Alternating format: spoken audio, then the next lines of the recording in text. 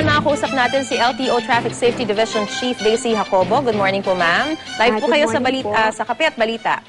Magandang umaga po. Una po sa lahat, ilan po ang hindi pa ma-release na plaka ng mga sasakyan ngayon? Siguro ang pag-usapan natin ay nakapag-uumpisa na po kami mag-release ng mga plaka nitong linggong ito dito sa Metro Manila at hinahanda na yung sa labas ng Metro Manila, sabay-sabay na sila. So, ang nai-issue po naming plaka actually mula November last year hanggang February 1 itong taon na ito ay nasa 39,207 para sa regular plate o para dun sa four-wheel drive vehicles. At sa mga motorsiklo naman ay nakapag-release na rin kami ng 33,395 pieces. Ditong February 1. Tapos tuloy-tuloy na po yun. Inaasahan lang po namin na sa loob ng 20 araw ay magiging normal na ang sitwasyon at mapapawi na po namin yung backlog. At gaano po karami itong backlog na sinasabi po natin, yung mga pending po na mga plaka na hindi pa maire-release? Para sa regular or plates o yung four-wheel drive na mga vehicle ay nasa 70,000. Merong 1,500 daily production buhat dun sa manufacturer ng DOTC at meron po namang tulong na ginagawa ang aming plate making plant na 2,000 pairs. So, pag sinuma yon, kung merong ganong capacity araw-araw, sa 20 araw ay mapapawi na po namin yung backlog at magiging normal na po ang schedule ng releases ng aming plates. Sa motorcycle plates naman ay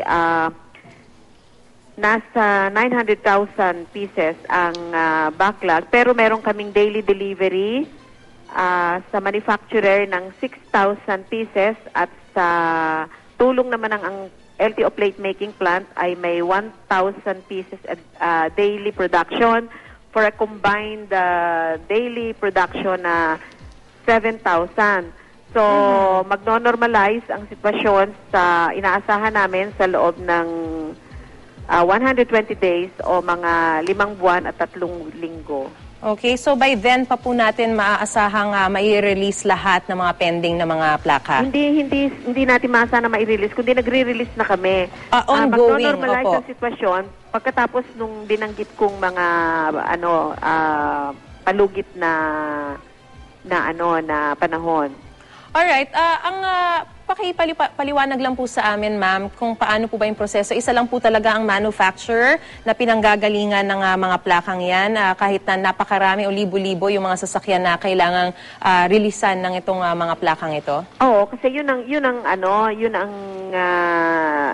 ang awarded supplier ng plate, no, ng DOTC, yung DTM. Pero sa sa MC plate, yung ibang gumagawa noon, yung GJB.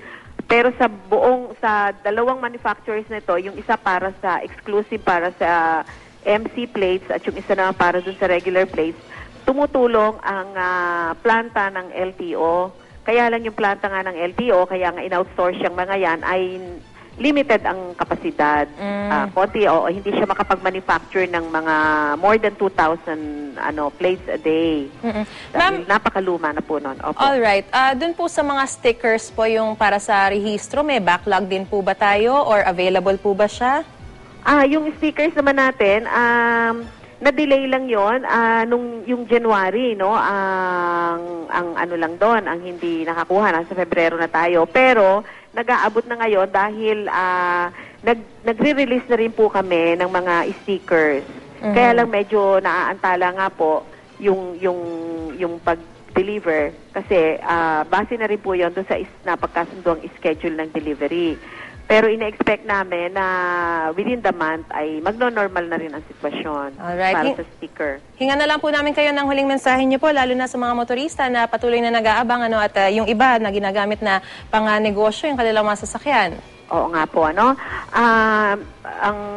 in behalf ng Land Transportation Office, kami po ay humihingi ng paumanhin at pangunawa ng aming mga kliyente ang may-ari ng mga sasakyan dahil dun sa aberya na dinudulot ng pagkabalam ng pagtanggap ninyo ng inyong mga plaka. Pero rest assured po na ginagawa po ng LTO ang lahat upang matugunan ang sitwasyon, at ang amin na lang payo ay tuwing kayo ay lalabas ng sasakyan ng kalsada gamit ang inyong sasakyan, kung maaari po ay dalhin ang kopya ng mga papeles na katunayan na kayo ay rehistrado, at inaantay nyo na lamang ang pag-issue ng plaka ninyo.